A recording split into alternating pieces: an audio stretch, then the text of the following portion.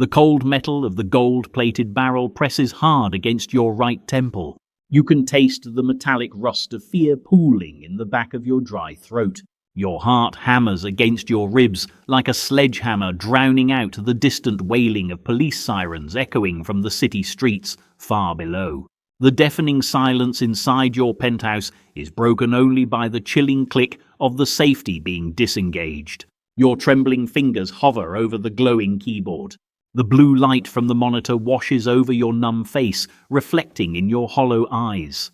The progress bar on the screen creeps towards the edge. Transfer complete. $50 million of dirty money washed utterly clean through a labyrinth of encrypted blockchain ledgers, vanishing into thin air. The digital beep of the confirmation sounds like the tolling of a death bell. A cold sweat runs down your spine. You close your eyes, the scent of burnt gunpowder already lingering in your imagination, mixing with the stale smell of old money. How did you end up here? How did a regular guy, a civilian, become the chief crypto launderer for the most ruthless cartel on the planet?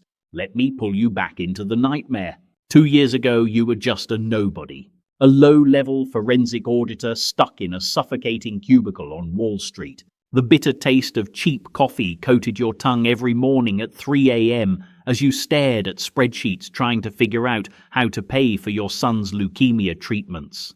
The medical bills were a mountain of paper crushing your chest, suffocating your every breath. You were drowning. The desperation was a physical weight, a cracked foundation in your soul. You played by the rules your whole life, but the rules only left you watching your child fade away in a sterile white hospital room, smelling of bleach and impending grief. The echo in that empty room was the sound of your innocence dying. Then came the grey opportunity. It did not arrive in a dark alley with a gun, but in a high-end steakhouse with men in bespoke Italian tailoring. The suits. They knew exactly who you were, what you did, and how desperate you had become. They slid a leather briefcase across the mahogany table. The drop. Your hands were numb when you opened it. The sharp, intoxicating smell of fresh ink, the musky scent of old money, and a faint metallic odor of machine oil hit your nostrils. Blue strips, stacks of them, more cash than you had ever seen in your miserable life. They did not ask you to kill anyone. They just needed a digital cleaner, someone to take their dirty cash, the grease that lubricated their empire, and make it disappear into the blockchain. Wash it. Make it clean. Make them ghosts in the financial system. You took the briefcase. The moment you touched that first stack of bills, you signed your own death warrant, but you told yourself it was for your family. The classic slippery slope. You thought you were saving your son, but you were just selling your soul to the devil on an installment plan. The first few months were pure adrenaline. The competence porn of doing what you do best, but with zero limits. You built automated trading bots, layered shell companies across unregulated offshore exchanges, tumbling millions of dollars in cryptocurrency across thousands of wallets in fractions of a second. You were brilliant. You bought the expensive house. You paid the doctors. Your son got the experimental treatments. You thought you were controlling the game. You thought you were the smartest guy in the room. But you were just a pawn on someone else's bloody chessboard. The normalization of evil happens quietly. It does not scream, it whispers. You started noticing the signs. The news reports of decapitated bodies hung from bridges in Jalisco. The rival gang members dissolving in barrels of acid. You knew whose money you were moving. You knew every line of code you wrote was funding the slaughter, buying the bullets, paying the bribes. You tried to wash your hands, but the phantom feeling of sticky, half-dried blood clung to your skin. You sat in your golden cage surrounded by luxury, but the air felt heavy, toxic. The millions in your offshore accounts could not buy you a single night of sleep. They only bought you a more expensive bed to lie awake in, paralyzed by paranoia. Every knock on the door sent a cold shiver from your heels to the crown of your head. Every unrecognized phone call made the bitter taste of bile rise in your throat. You were wearing a mask, pretending to be a loving father, a successful consultant, while operating as the central artery for a global syndicate of murderers. The isolation was absolute. You were standing in the middle of a crowded room, completely and utterly alone, staring into the abyss while the abyss stared right back into you. Let us rewind a bit more. The paranoia did not just start at the end. It was a slow drip of poison. Every time you executed a trade, tumbling the blue strips through privacy coins, peeling the layers of the onion router to hide the IP addresses, you felt the invisible crosshairs on the back of your neck. You remember the Tuesday evening when your secure line rang. The voice on the other end was distorted, heavy with authority. The old man himself. He needed a rush job. 30 million from a weapons deal gone sideways. The heat was intense. You sat in your dark office, the hum of the servers vibrating through the soles of your feet. You could smell the ozone from the overheating processors. Your fingers flew across the mechanical keyboard. Clack, clack, clack. A symphony of digital obfuscation. You routed the funds through a decentralized exchange, then into a fake online casino registered in Malta, and finally out as clean profits into a shell corporation in Delaware. You did it in under 20 minutes. You breathed a sigh of relief, tasting the stale air of your own enclosed world. But the victory was hollow. You realized you were no longer a human being with a soul. You were a machine, a cog in a meat grinder. The cartel did not value you. They valued your utility. The moment you made a mistake, you would vanish. Become another ghost. The money never stopped flowing. It was a relentless, crushing river of blood-stained currency. You had to evolve. You set up a vast network of automated shell companies spanning from Panama to the Cayman Islands. You hired a small army of proxy directors, people who existed only on paper, ghosts in the machine. You spent your days staring at cascading lines of code, watching the dirty money fracture into thousands of microtransactions, scattering across the globe like dust in the wind, before recombining in a clean, untraceable offshore account. You became a maestro of financial deception. You could smell the digital sweat of the system working overtime. Your eyes burned with exhaustion, constantly red and bloodshot from the glaring monitors. The physical toll was brutal. Your hands trembled constantly. You developed a nervous twitch in your left eye. The taste of premium scotch became the only thing that could temporarily numb the screaming in your head, but the alcohol only fueled the nightmares. You dreamed of drowning in a sea of blue strips, the paper slicing your skin, the faces of the cartel victims pulling you down into the dark, suffocating depths. You were making millions, but you were starving inside.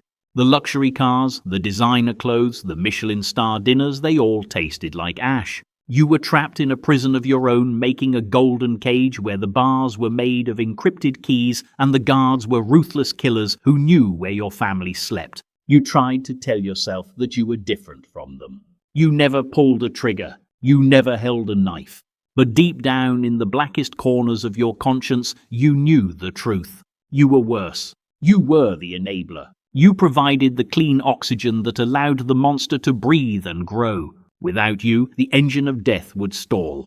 The guilt was a physical sickness, a tumor growing in your chest, feeding on your remaining humanity. Every time you kissed your son goodnight, you felt like a fraud, a demon wearing a father's face. Then came the day the illusion shattered entirely. You were walking out of a high-end bakery holding a cake for your son's birthday.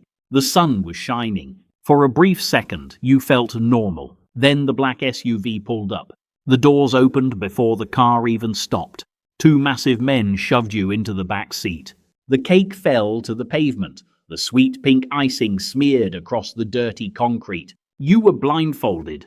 The smell of cheap leather and stale sweat filled the car. You were driven for hours in complete silence. The sensory overload of not knowing was torture. The cold air conditioning blasted against your sweat-soaked shirt. When they finally pulled the blindfold off, you were in an abandoned warehouse. The stench of iron bleach and something rotting made you gag. Kneeling on the plastic-covered floor was a man you recognized, a mid-level boss who had been skimming off the top. The cleaner stood behind him, holding a machete. The cleaner looked at you, his eyes dead and empty. He wanted you to watch. He wanted you to understand the price of failure. The sound of the blade hitting bone is something that never leaves you. It echoes in your ears every time you close your eyes. The wet, heavy thud, the sudden silence. You threw up violently, the bitter acid burning your throat. They gave you a towel, patted you on the back, and told you to get back to work.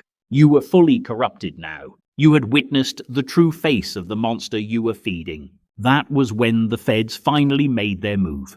They did not bust your door down with a battering ram. They caught you in the underground parking garage of your glass tower. Two men in cheap suits smelling of stale donuts and stale coffee pushed you against the cold concrete pillar. They slapped a thick file onto the hood of your luxury car. Photographs, transcripts, wallet addresses. They had the entire chain. They had the drop points, the burner phones, the encrypted chat logs. They offered you a choice, the ultimate catch-22. Become the rat, the undercover informant, wear a wire into the lion's den and help them bring down the old man. Or rot in a federal supermax prison for the rest of your natural life while your son goes back to the crumbling public hospital system. The heat was on. You were a civilian caught between a cartel of psychopathic killers and a government agency desperate for a headline arrest. The exit strategy was non-existent. You rushed back to your penthouse, your mind racing, your hands shaking so violently you could barely grip the steering wheel. The wail of police sirens in the distance sounded like the Grim Reaper calling your name. The metallic taste of adrenaline flooded your mouth. You threw open the heavy oak door of your apartment, expecting to find your wife and son. Instead, a wave of freezing air hit your face. The lights were off. Sitting casually on your white leather sofa was the ghost, the cleaner. He was gently stroking your son's hair as the boy watched cartoons on the television. The cleaner did not say a word. He just smiled, a dead empty smile, and placed a heavy gold-plated pistol on your glass coffee table. Next to it, a single piece of paper with a bank account number. The final test. The cartel knew about the feds. They always knew.